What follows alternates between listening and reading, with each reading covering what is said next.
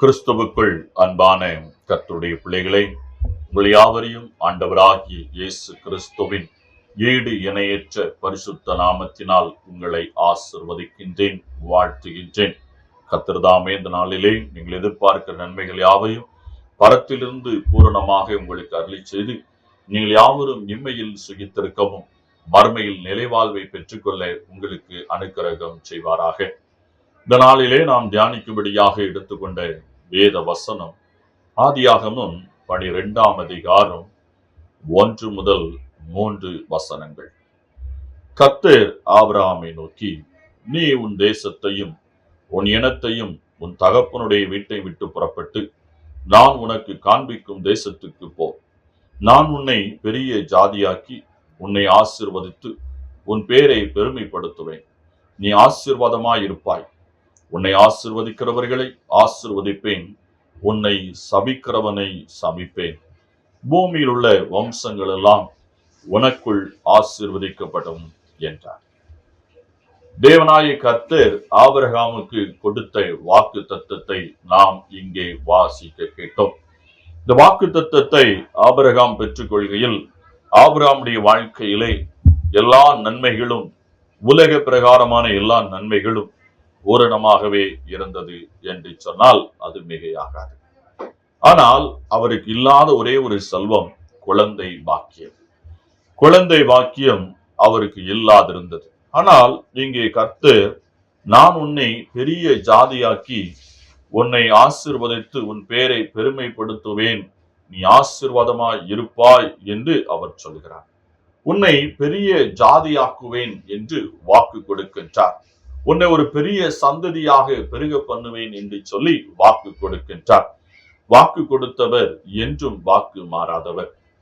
ஆனால் ஆபிரகாமுக்கு ஒரு நிபந்தனையை அவர் விடுகின்றார். நீ இப்பொழுது இருக்கின்ற இந்த இடத்தை விட்டு நீ கடந்து போக வேண்டும். இங்கே இருந்து நான் சொல்லுகிற இடத்திற்கு நீ போக வேண்டும் என்று சொல்லி ஒரு கட்டளையை இடுகின்றார். அந்த கட்டளைக்கு ஆபிரகாம் அப்படியே கீழ்ப்படிந்து நடக்கிறதை நாம் பார்க்க முடிகின்றது. ஆனால் இந்த காரியங்கள் எல்லாவற்றையும் கர்த்தர் எப்பொழுது நிறைவேற்றுகிறார் என்று சொல்லி நீங்கள் பார்ப்பீர்கள் என்று சொன்னால், ஆதியாகமம் 22ஆம் அதிகாரத்திலே இந்த காரியங்கள் எல்லாம் நிறைவேறுகிறதை நாம் பார்க்க முடிகின்றது. மீண்டும் ஒரு விசை கர்த்தர் ஆபிரகாமுக்கு 12ஆம் அதிகாரத்திலே சொன்ன அதே வாக்கு தத்தத்தை இங்கேயும் அவர் திரும்ப நினைப்பூற்றுகின்றார். ஆதியாகமம் 22ஆம் அதிகாரம் 17ஆம் வசனத்திலே அவர் சொல்லுகிறார், நான் உன்னை ஆசீர்வதிக்கவே ஆசீர்வதித்து உன் சந்ததியை வானத்து நட்சத்திரங்களைப் போலவும் கடற்கரை மணலை போலவும் பெருகவே பெருக பண்ணுவேன் என்றும் உன் சந்ததியார் தங்கள் சத்துருக்களின் வாசல்களை சுதந்திரித்துக் கொள்வார்கள் என்று அவர் திருபலம் பற்றுகிறதை நாம் பார்க்கின்றோம். 12ஆம் அதிகாரத்திலே சொன்ன காரியத்தை 22ஆம் அதிகாரத்திலே அவர் நிறைவேற்றுகின்றார். இதற்கு இடையாக ஆபிரகாம் நிறைய இன்னல்களையும் நிறைய துயரங்களையும் நிறைய கஷ்டங்களையும் அவர் படுகிறதை நாம் பார்க்க முடியும். ஆனாலும் ஆபிரகாம் கர்த்தருடைய வார்த்தையின் மேல் வைத்திருந்த நம்பிக்கையை அவர் சற்றும் இழக்கவில்லை. அவர் சோர்ந்து போகவும் இல்லை. அவர் கர்த்தரை விசுவாசித்தார். இங்கே ஆண்டவர் வாக்கு கொடுத்தபடி ஆபிரகாமுக்கு ஒரு வாக்கு தத்தத்தின் சந்ததியாக ஈசாக்கை அவர் கொடுக்கின்றார். ஈசாக்கை ஆபிரகாம் பெற்றுக்கொண்ட பின்பு அவர், கர்த்தர் என்னுடைய வாக்கு தத்தத்தை, எனக்கு கொடுத்த வாக்கு தத்தத்தை நிறைவேற்றி விட்டார் என்று சொல்லி நிம்மதியாக சந்தோஷமா இருக்கின்ற வேளையிலே அந்த வாக்கு தத்தத்திற்குரிய அந்த குழந்தையாகிய ஈசாக்கை எனக்கு பலியாக இடு என்று சொல்லி ஆண்டவர் அங்கே திருவலம் பற்றுகிறதை நாம் பார்க்கிறோம். இப்பொழுது ஆபிரகாம் தனக்கு கொடுக்கப்பட்ட அந்த வாக்கு தத்தத்தின் குழந்தையாகிய ஈசாக்கை அவர் கையில் பிடித்து கொண்டு கர்த்தர் சொன்னபடியே பலியிடுவதற்கு கொண்டு செல்லுகின்றார். இந்த காரியங்கள் எல்லாம் நாம் பார்க்கின்ற பொழுது நாம் எளிதாக இந்த விஷயங்களை எடுத்துக் கொள்ளுகின்றோம். ஆனால் இதில் அடங்கியிருக்கிற விஷயங்களை நீங்கள் கவனித்து பார்க்க வேண்டும். அருமையான கர்த்தருடைய பிள்ளைகளை, நீண்ட நெடிய நாட்களாக எதிர்பார்த்த ஒரு வாக்கு தத்தம் நிறைவேறுகின்றது. அதுவும் அற்புதமாக அதிசயமாக நடந்திருக்கிறது. ஏனென்றால் அவர்கள் இருவரும் குழந்தை பெற்றுக் கொள்வதற்கான எல்லா விதமான தகுதிகளையும், சரீர பிரகாரமான தகுதியையும் அவர்கள் இழந்து விட்டார்கள். இப்பொழுதே அவர்களால் குழந்தை பெற்றுக்கொள்ள முடியாது என்கின்ற நிலை இருக்கின்ற பொழுது அந்த வாக்குத்தத்தம் நிறைவேறுகின்றது. இப்பொழுது ஆண்டவர் சொல்லுகிறார், அந்த குழந்தையை எனக்கு பலியிடு என்று சொல்லுகிறார். யோசித்து பாருங்கள் அருமையான கர்த்தருடைய பிள்ளைகளை. ஆண்டவர் நாம் நீண்ட நெடிய நாட்களாக இந்த உலகத்தில் ஒன்றை கேட்கின்றோம். அதை ஒரு அற்புதமாக அதிசயமாக நமக்கு செய்து கொடுத்து விட்ட பின்பு அதை அழித்து விடு, அதை எனக்காக கொடுத்து விடு என்று சொல்லுகின்ற பொழுது நம் மனம் எவ்வளவு வேதனைப்படும் யோசித்து பாருங்கள். ஆனால் ஆபிரகாமை நீங்கள் பார்ப்பீர்கள் என்று சொன்னால் அவர் அதை குறித்து சற்றும் மனம் தளராதவராக, வாக்கு கொடுத்தவரிடத்திலே அவர் உண்மையுள்ளவராக இருக்கின்றார். அதிகாலையில எழுந்து குழந்தையை கூட்டிக் கொண்டு அவர் போய் பலியிட செல்கிறதை நாம் பார்க்கிறோம். இதிலிருந்து ஆபிரகாமுடைய விசுவாசத்தை ஆண்டவர் சோதித்து பார்த்தார் என்று சொல்லி நாம் பார்க்கின்றோம். அருமையான கர்த்தருடைய பிள்ளைகளே, ஆபிரகாமை விசுவாசிகளின் தகப்பன் என்று சொல்லி நாம் பார்க்கிறோம். விசுவாசம் கிறிஸ்துவ வாழ்க்கையிலே ரொம்ப அவசியமா இருக்கிறது. விசுவாசம் இல்லாமல் நாம் கர்த்தருடைய பிள்ளையாக இருக்க இயலாது. அருமையான கர்த்தருடைய பிள்ளைகளை, இயேசுவின் இடத்திலே நாம் எந்த அளவுக்கு நம்பிக்கை வைத்திருக்கிறோம் என்பதை இதன் மூலமாக நாம் அறிய முடியும். இந்த உலகத்திலே நாம் பெற்றுக்கொள்ளாத அநேக காரியங்களுக்காகவே இன்றும் ஆண்டவருடைய வார்த்தை விட்டு மீறுகிறவர்களாக நாம் இருக்கின்றோம். நாம் ஒரு காரியத்தை பெற்றாக வேண்டும், அடைந்தாக வேண்டும் என்று நினைக்கிறோம். அதை அடைவதற்கான முயற்சிகளை மேற்கொள்கின்ற பொழுது அதை பெற்றுக்கொள்வதற்கு முன்பாகவே கர்த்தருடைய வார்த்தையை விட்டு விலக வேண்டிய, கர்த்தருடைய வார்த்தையை மறுதலிக்க வேண்டிய, கர்த்தருடைய வார்த்தைக்கு கீழ்ப்படிய கூடாத ஒரு சூழ்நிலை வரும் என்றால் உடனடியாக நாம் அதற்கு செவி சாய்த்து விடுகின்றோம். ஆனால் ஆபிரகாமை பாருங்கள், வாக்குத்தத்தம் சொல்லப்பட்டது கிடைத்த பின்பும் அவர் ஆண்டவருக்கு முன்பாக உண்மையா இருக்கிறார். எவ்வளவு ஆழமான ஒரு விசுவாசம் இந்த ஆபிரகாமுடைய வாழ்விலே நாம் பார்க்கிறோம். ஆண்டவர் கர்த்தருடைய பிள்ளைகளை, இன்று நம்முடைய வாழ்க்கையிலே நாம் அப்படிப்பட்ட ஒரு விசுவாசம் கர்த்தர் பேரில் வைத்திருக்கின்றோமா? கர்த்தரிடத்திலே ஜெபிக்கின்றோம், கிடைத்த உடனே எல்லாவற்றையும் மறந்து விடுகிறோம். கர்த்தர் இது எவ்விதமாக நமக்கு கொடுத்தார் என்பதையே மறந்து விடுகிறவர்களாய் காணப்படுகிறோம். ஆனால் இங்கே ஆபிரகாம் அப்படி அல்ல. கிடைக்கும் முன்பும் விசுவாசம், கிடைத்த பின்பும் விசுவாசம், கொடுத்ததை திரும்ப கேட்கின்ற பொழுதும் அதை உடனடியாக கொடுக்கின்ற ஒரு ஆபிரகாமை நாம் இங்கே பார்க்கிறோம். இன்று கிறிஸ்தவர்களாகிய நாம், கிறிஸ்துவின் பிள்ளைகளாய் இருக்கிற நாம், கர்த்தரிடத்தில் பெற்றுக் கொள்வதற்காகவே அவரை தேடுகிறவர்களாய் இருக்கிறோம். அப்படி அல்ல, நாம் அவருடைய வார்த்தைக்கு கீழ்ப்படுகிறவர்களா இருக்க வேண்டும் என்பதுதான் அவசியமான ஒரு காரியமா இருக்கிறது. எனக்கு அருமையான கர்த்தருடைய பிள்ளைகளே, நாம் கர்த்தருடைய வார்த்தைக்கு கீழ்ப்படுகின்ற பொழுது கர்த்தருடைய வாக்கு தத்தங்கள் நம் வாழ்விலே பூரணமாக விளங்குகின்றது. இதுதான் உண்மை. ஆனால் நாமோ பெற்றுக்கொள்ள வேண்டும் என்பதற்காக கர்த்தர் பேரிலே விசுவாசம், நம்பிக்கை வைக்கின்றோம். அதற்காக ஏதாவது ஒரு வசனத்திற்கு கீழ்ப்படிந்து விட்டால், ஏதாவது ஒரு பொருத்தனையை செய்து விட்டால், ஏதாவது ஒரு காரியத்தை கர்த்தர்க்கென்று கொடுத்து விட்டால், அதன் மூலமாக தான் விரும்பினதை பெற்றுக்கொண்டு விடலாமோ என்று நாம் நினைக்கின்றோம். இல்லை பிரியமானவர்களே, கீழ்ப்படிதல் மிக மிக அவசியமா இருக்கிறது. மிக அவசியமா இருக்கிறது.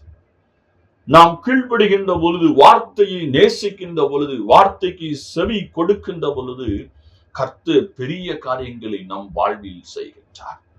அதுவும் அற்புதமாக செய்கின்றார், அதிசயமாக செய்கின்றார். இந்த கர்த்தருடைய வார்த்தையை கேட்டுக்கொண்டிருக்கிற பிள்ளைகளே, உங்கள் வாழ்விலே இன்று அநேக தேவைகள், எதிர்பார்ப்புகள் இருக்கலாம். ஆனால் கர்த்தர் பேரில் நம்பிக்கை வைத்து, விசுவாசம் வைத்து, அவருடைய வார்த்தைக்கு செவி கொடுங்கள், அவருடைய வழியிலே நடவுங்கள், அவருடைய ஆலோசனைக்கு உங்கள் மனதிலே இடம் கொடுங்கள். ஏதோ ஒன்று அவசியம் என்கின்ற ஒரு நோக்கம் மட்டுமே நம் வாழ்வில் பெரிதாக இருக்கக்கூடாது. கீழ்ப்படிதல் மிக மிக அவசியம். ஏனென்றால் ஆதியிலே ஆதாம் ஏவாள் கீழ்ப்படியாமையினாலே கர்த்தருடைய நன்மையானதை இழந்து போனார்கள். கீழ்ப்படிதல் ரொம்ப ரொம்ப அவசியம். கீழ்ப்படிதலை குறித்து நாம் பார்க்கின்ற பொழுது அநேகர் நினைக்கின்றார்கள், கீழ்ப்படிதல் என்றால் ஒரு அடிமைத்தனம் என்று சொல்லுகிறார்கள். அப்படி நினைக்கின்றார். பிள்ளை தகப்பனுக்கு கீழ்ப்படிய வேண்டும், கணவன் கிறிஸ்துவுக்குள் மனைவிக்கு கீழ்ப்படிய வேண்டும், மனைவி கிறிஸ்துவுக்குள் கணவனுக்கு கீழ்ப்படிய வேண்டும். அதைதான் வேதம் சொல்லுகிற, தெய்வ பயத்தோடு ஒருவருக்கொருவர் கீழ்ப்படிந்திருங்கள் என்று சொல்லுகின்றார். ஒரு கீழ்ப்படிதல், ஒரு அரசாங்கம் இருக்கிறது என்று சொன்னால் அதற்கு நாம் கீழ்ப்படிய வேண்டும். கீழ்ப்படிதல் என்பது ஒரு ஒழுங்கு, அது அடிமைத்தனம் அல்ல. இன்று அநேகர் கீழ்ப்படிதலை அடிமைத்தனம் என்று எண்ணுகிறார்கள். இல்லை, கீழ்ப்படிதல் ஒரு ஒழுங்கு. இந்த உலகம் முழுவதும் ஒவ்வொரு கட்டமைப்புகள் இருக்கின்றது, ஒவ்வொரு கீழ்ப்படிதல் அங்கே சொல்லப்பட்டிருக்கிறது. அதற்கு நாம் கீழ்ப்படுகின்ற பொழுதுதான் எல்லா காரியங்களும் செவ்வையாய் நடைபெறும். அடிமைத்தனம் வேறு, கீழ்ப்படிதல் வேறு. கீழ்ப்படிதல் ஒழுக்கம், அது மிக மிக அவசியமானது. இங்கே நாம் கர்த்தருடைய வார்த்தைக்கு கீழ்ப்படுகின்ற பொழுது அந்த வாக்கு நிறைவேறுகிறது. ஆபிரகாமுடைய வாழ்க்கையிலே ஆண்டவர் வாக்கு கொடுத்தார். அவர் உடனே அந்த இடத்தை விட்டு அவர் கடந்து சென்றார். நீண்ட நெடிய காலங்களுக்கு பின்பு ஆண்டவர் வாக்கு தத்தத்தை நிறைவேற்றி கொடுத்தார். கொடுத்த பின்பும் கொடுத்த வாக்கு தத்தத்தை திரும்ப அவர் கேட்கின்ற பொழுது ஆபிரகாம் மறுதலிக்காமல் அந்த ஈசாக்கை, இந்த வாக்கு தத்தத்தின் ஆசீர்வாதத்தை கொண்டு கர்த்தருடைய பாதத்தில் கொடுக்கிறதை நாம் பார்க்கின்றோம். நம் வாழ்விலே கிறிஸ்துவுக்கு முதலிடம் கொடுக்கின்ற பொழுது கிறிஸ்து நம் வாழ்விலே முதன்மையானவைகள் எல்லாம் நமக்கு கொடுக்கின்றார். ஆபிரகாமுடைய ஆசீர்வாதத்தை பாருங்கள்.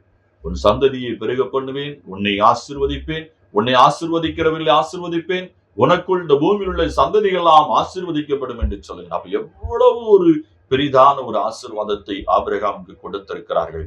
கீழ்ப்படிதலின் மூலமாக, தேவன் பேரிலே வைத்த பற்று மூலமாக, விசுவாசம் மூலமாக ஆபிரகாம் இந்த ஆசீர்வாதத்தை பெற்றுக் கொள்கின்றார். நீங்கள் எப்படி இருக்கிறீர்கள்? நீங்கள் எப்படிப்பட்ட விசுவாசத்தை, நம்பிக்கையை கர்த்தர் பேரிலே வைத்திருக்கின்றீர்கள்? இயேசுவை விசுவாசிக்கிறவன் வெட்கப்பட்டு போவதில்லை என்று வேதம் சொல்லுகிறது. உறுதியாக நான் சொல்லுகிறேன், இயேசுவை என் இரட்சகர் என்றும், என்னுடைய பாதுகாவலர் என்றும், என்னுடைய அரண் என்றும், என்னுடைய எல்லாம் என்று யாரெல்லாம் விசுவாசித்து அவருடைய வார்த்தைக்கு செவி கொடுக்கின்றார்களோ, கீழ்ப்படுகின்றார்களோ, அவர்கள் எல்லாருக்கும் கர்த்தருடைய ஆசீர்வாதம் ஆபிரகாமுடைய வாழ்வில் இருந்தது போல நம் வாழ்விலும் பூரணமாக விளங்கும். அதுவும் அற்புதமாக, அதிசயமாக அவர் நிறைவேற்றி கொடுப்பார். கர்த்தர் தாமே உங்களை ஆசீர்வதிப்பாராக. கண்களை மூடி ஜெபம் செய்வோம். எங்களை சீக்கிரம் எங்கள் அன்பின் ஆண்டவரை, நன்றியோடு நாங்கள் உம்மை துதிக்கிறோம், உம்மை ஸ்தோத்தரிக்கிறோம். ஆபிரகாமுக்கு வாக்கு கொடுத்தவர் வாக்கு மாறாதவர். நீர் கொடுத்த வாக்கை நிறைவேற்றி கொடுத்தீர் ஆபிரகாமுடைய வாழ்வில்.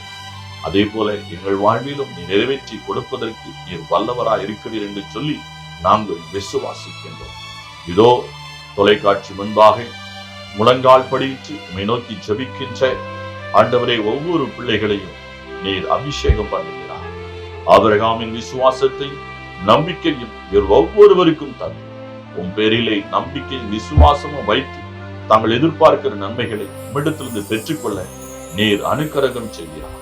ஒவ்வொருவரையும் பேர் பேராக ஆசீர்வதிப்பீரார். இம்மையில் இவரில் சுகித்திருக்கும் மறுமையில் நிலைவாழ்வை பெற்றுக்கொள்ள கிருபைத்தார். உடைய பூரண சமாதானம், சந்தோஷம், மன நிறைவு இந்த பிள்ளைகள் ஒவ்வொருவரையும் ஆட்கொள்வதாக எதிர்பார்க்கிற காரியத்திலே ஒரு அற்புதத்தை, அதிசயத்தை வாழ்விலை செய்து ஆசீர்வதிப்பீரார். இயேசு கிறிஸ்து மூலமாய் ஜெபிக்கிறேன் வல்லமுள்ள பிதாவே, ஆமென்.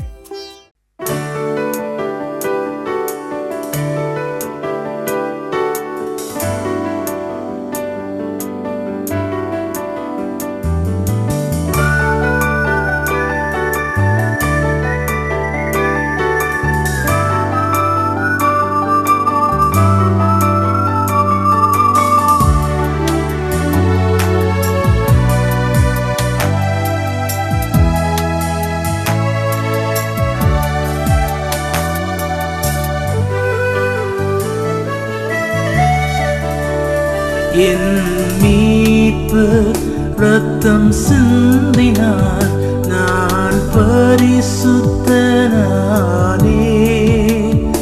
அவர் எனக்காய் மரித்தெழுந்தார், நான் மறுரூபமானேன். என் மீட்பு ரத்தம் சிந்தினார், நான் பரிசுத்தனானேன்.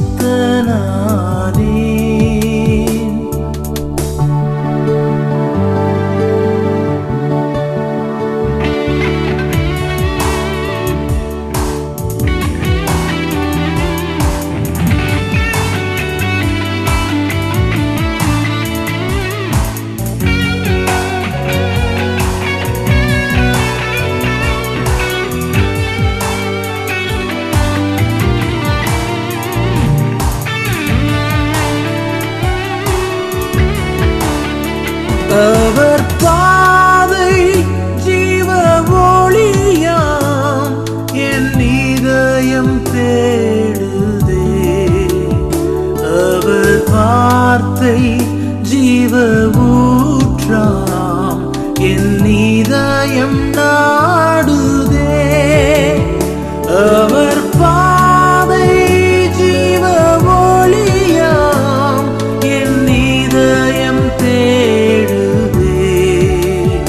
அவர் வார்த்தை ஜீவ ஊற்றாம், என் இதயம் நாடுதே. என் இதயம் நாடுதே. என் மீட்பர் ரத்தம் சிந்தினார், நான் பரிசுத்தனானே. அவர் எனக்காய் மரித்தெழுந்தார், நான் மறுரூபமானேன்.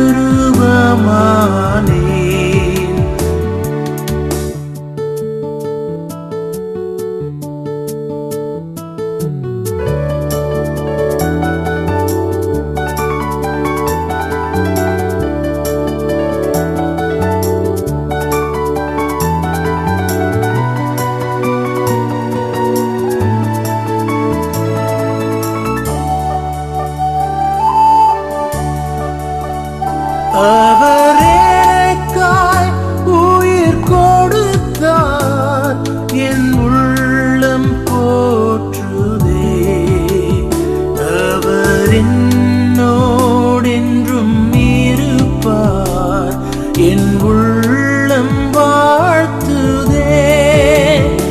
அவர் எனக்காய் உயிர் கொடுத்தார், என் உள்ளம் போற்றுதே. அவர் என்னோடென்றும் இருப்பார், என் உள்ளம் வாழ்த்துதே.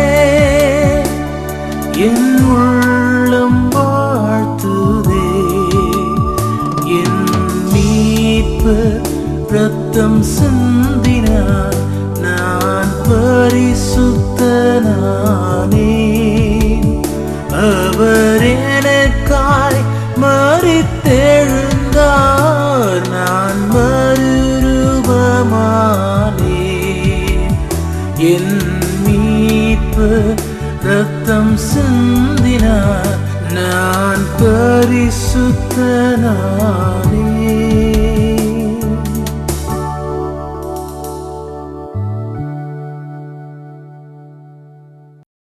நானே நல்ல மேய்ப்பன், நானே நல்ல மேய்ப்பன், இந்த உலகை ஆளும் மேய்ப்பன், இந்த உலகை ஆளும் மேய்ப்பன்.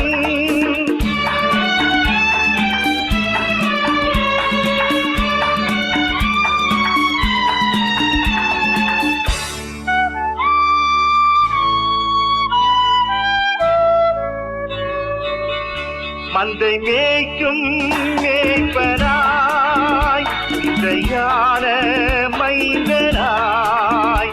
மந்தை மேய்க்கும் மேய்ப்பனாய், இசையான மைந்தனாய். இதை நீக்கும் நேசனாய், இதை நீக்கும் நேசனாய். வந்தேன் சொந்தமாய். நானே நல்ல மேய்ப்பன், நானே